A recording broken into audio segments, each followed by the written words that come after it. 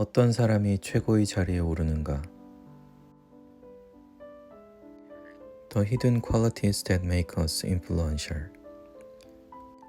존 네핑걸, 매튜 코허트. 박수성 옮김. 출판사 토네이도. 하버드 경영대학원 커뮤니케이션 코치이자 빌 클린턴, 윈프라 오프리 등 유명 정치가와 방송인 등을 상담 지도해온 미국 최고의 소통 전문가들이다. 두 사람은 10여 년간 정치, 경제, 문화 등 다양한 분야에서 최고의 자리를 놓치지 않은 위대한 사람들의 설득력을 집중 분석해 어떤 사람이 최고의 자리에 오르는가 라는 한 권의 책에 담아냈다. 강인함과 따뜻함. 사람들이 누군가를 어떻게 생각하는지 결정할 때 한 가지가 아니라 두 가지 평가를 한다는 사실이 드러났다. 이 평가의 중요한 기준은 우리가 강인함과 따뜻함이라고 부르는 특성이다. 강인함은 어떤 사람이 자신의 재능과 의지력으로 이를 성사시킬 수 있는 능력이다. 사람들이 강인함을 보여줄 때 그들은 다른 사람들로부터 존중을 받는다. 따뜻함은 어떤 사람이 다른 사람과 감정, 관심사, 세계관을 공유한다는 느낌이다. 사람들은 따뜻함을 발산하는 사람을 좋아하고 지지한다. 우리는 따뜻한 사람들을 좋아하며 차가운 사람들을 싫어한다. 한편 우리는 강한 사람들은 진지하게 대하지만 종종 약해 보이거나 하찮아 보이는 사람들을 무시한다. 강인함과 따뜻함을 모두 발산하는 사람들은 우리에게 깊은 인상을 준다. 그들은 자신이 하는 일을 잘 알고 있으며 언제나 최상의 결과를 얻어낸다. 또 항상 진심으로 우리에게 마음을 쓰는 듯 보여서 우리는 그들을 신뢰하고 그들이 매우 설득력이 있다고 생각한다. 그들은 우리의 이익을 위해 기꺼이 나서려고 하며 따뜻함, 그럴 만한 능력이 강인함, 있어 보인다. 따라서 우리는 그들이 리더가 되기를 기대하며 그들이 책임을 맡는다는 사실에 편안함을 느낀다. 강인함과 따뜻함은 우리가 사회적 판단을 내리는데 주요한 기준이 된다. 식당에서 여자 종업원이 건네는 달콤한 말은 따뜻함을 발산한다. 반면 그녀의 침착한 시선은 허튼 수작은 용납하지 않겠다는 의사를 전달한다. 직장에서 상사의 어색한 태도는 불안감을 보여주며 이 때문에 직원들은 그 상사를 덜 존중할 것이다. 고객 서비스 담당자는 전화를 걸어온 고객에게 화가 날 만하다고 동의하면서 공감을 표현하고 따뜻함을 보여주지만 그 문제에 대해 혼란스러운 모습을 보이면서 약한 모습을 드러내고 고객의 신뢰를 잃기도 한다. 어떻게 따뜻함을 잃지 않으면서 강인함을 드러낼 것인가? 강인함과 따뜻함을 동시에 보이는 능력을 지닌 사람은 매우 드물어서 우리는 이 능력을 지닌 사람들을 칭송하고 우러러보며 부러워한다. 심지어 이 능력을 일컫는 특별한 명칭들도 있다. 고대 그리스인은 이 능력을 신이 내린 재능이라고 불렀으며 이 용어에서 카리스마라는 단어가 나왔다. 오늘날 이 능력은 다양한 사회에서 다른 이름으로 불린다. 직장에서는 리더의 자질이라고 추어 올리며 사회에서는 종종 쿨하다고 부른다. 챕터 1. 강인한 사람이 존중을 이끌어낸다. 강인함은 일을 해결하는 힘이다. 강인한 성격은 자신의 의지를 얼마나 널리 세상에 내보일 수 있는가를 가늠하는 척도가 된다. 강인한 모습을 보이는 사람들은 우리의 관심을 끈다. 다른 사람들에게 자기 주장을 잘 펼치지 못하는 사람들은 사회에서 자신의 능력을 최대로 발휘하기가 어렵다. 심지어 오랜 시간을 투자하여 어려운 기술을 연마한 전문가들 중에서도 자기 주장을 펼치는 기술이 부족하여 몇 안 되는 동료들 앞에서조차 입을 다무는 경우가 있다. 대개 이런 사람들은 리더가 되지 못한다. 역량이 충분함에도 불구하고 순종적인 태도 때문에 이들은 조직을 이끌고 나가기에 적합하지 않은 사람으로 판정된다. 이런 사람들은 대부분 상사가 시키는 고된 일만 도맡아 하다가 정체기에 이르게 된다. 우리 고객 중에는 한 다국적 기업의 재무부서 고위 자문관이 있었다. 사각턱의 어깨는 딱 벌어지고 키는 183cm나 되어 그야말로 한 덩치하는 인물이었다. 그러나 회의를 시작하자 우직한 겉모습과는 달리 동료들 앞에서 잔뜩 움츠러들었다. 자신의 입장에 확신이 있으면서도 논쟁에서 의견을 피력하지 못했다.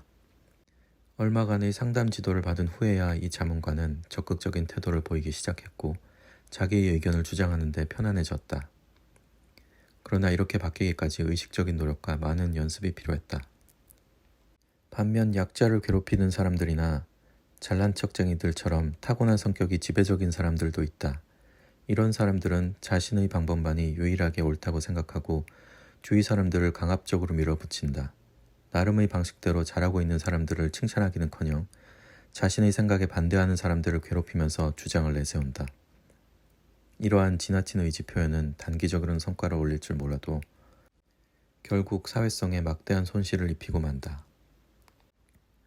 보통 우리는 전형적으로 강인해 보이는 사람들을 인정하고 존중한다. 그리고 종류에 상관없이 뛰어난 재능을 보이는 사람들에게 깊은 인상을 받는다. 일반적으로 사람들은 순정적인 사람보다 지배적인 사람들을 신뢰하는 경향이 있다.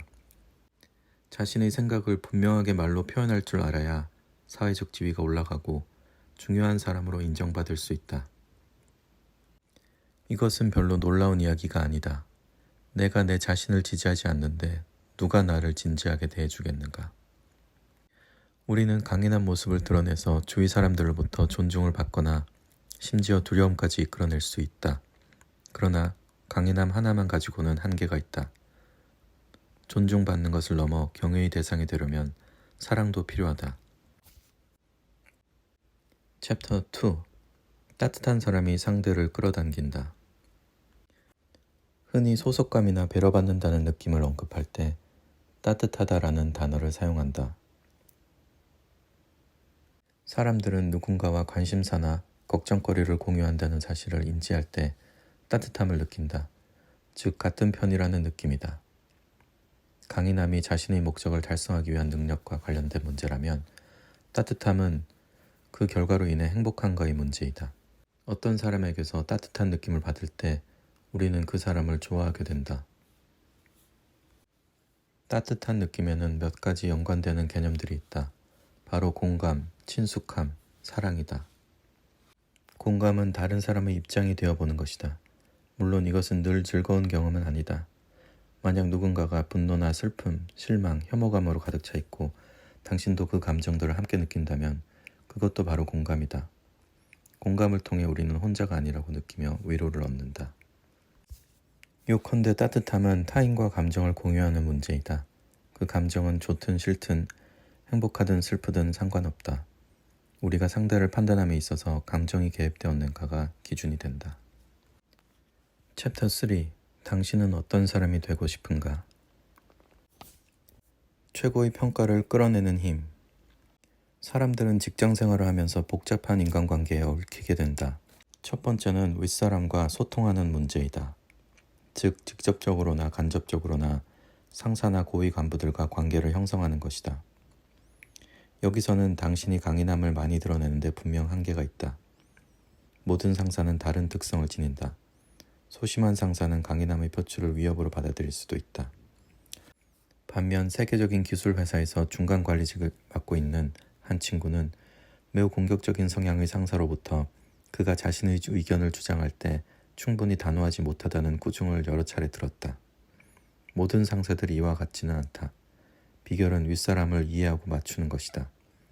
면접관 스타일에 맞추듯이 말이다. 당신의 성격과 상관없이 따뜻함을 발휘할 수 있는 믿을 만한 방법 중 하나는 상사가 이익을 얻거나 공경에서 벗어날 수 있도록 도움을 주는 것이다. 예를 들어 만약 당신의 지인이 고위층에 있어서 유용한 정보를 미리 상사에게 전해줄 수 있다면 당신의 상사는 업무가 공식적인 경로를 통해 자신에게 배정되기 전에 그 일에 대비할 수 있다. 상사들 대부분은 앞으로 닥칠 사건에 대한 사전 통보를 반긴다. 이것은 팀에 대한 당신의 충성심을 증명하기 때문에 따뜻함을 나타낸다. 꼼꼼한 상사들은 대부분 당신이 지속적으로 업무를 보고하면 좋아한다. 꼼꼼한 상사들은 적극성과 능숙함의 측면에서 강인함을 많이 보이기 때문에 당신 또한 능숙함을 중요하게 여긴다는 점을 정기적으로 상기시켜주면 상사의 마음을 안심시킬 수 있을 것이다. 능력 있는 사람보다 품격 있는 사람이 돋보인다. 벤처 자금 투자든 거액이 걸린 고객과의 계약이든 동업자와의 문제이든 중대한 이해관계가 걸린 상황에서 중요한 발표를 할 때 당신은 강인함과 따뜻함이 고려되는 다양한 관점에서 평가받는다. 중요한 발표에서 따뜻함을 발휘하는 문제는 무엇보다도 원 안에 들어가는 것이다. 사람들이 크고 작은 발표에서 범하는 가장 흔한 실수는 내용을 전달하는 파워포인트 화면에 과도하게 의존하는 것이다. 슬라이드 쇼는 중요한 발표를 할 때 기본적으로 준비하는 부분이지만 지나치게 의존하면 당신은 쓸모없는 존재가 되고 슬라이드 쇼가 발표의 전부가 된다. 왜냐하면 그것은 당신을 불필요한 사람으로 보이게 만들기 때문이다.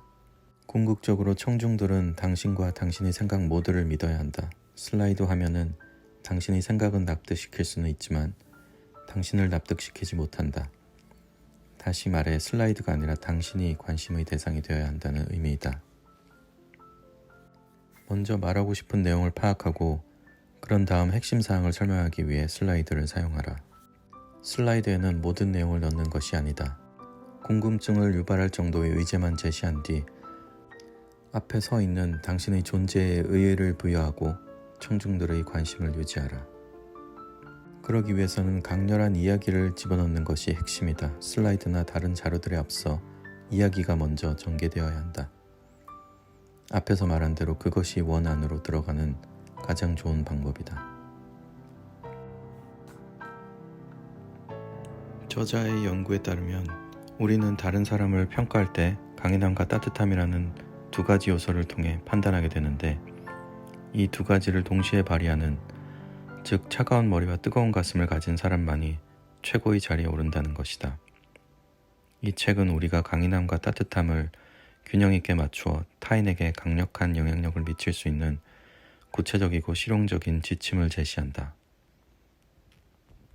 시대를 초월해 존경과 사랑을 받는 이들이 보여주는 공감과 소통, 표현과 설득의 정수를 맛볼 수 있는 이 책, 어떤 사람이 최고의 자리에 오르는가를 통해 세상이 당신에게 원하는 것은 과연 무엇인지에 대한 해답을 얻을 수 있기를 바란다.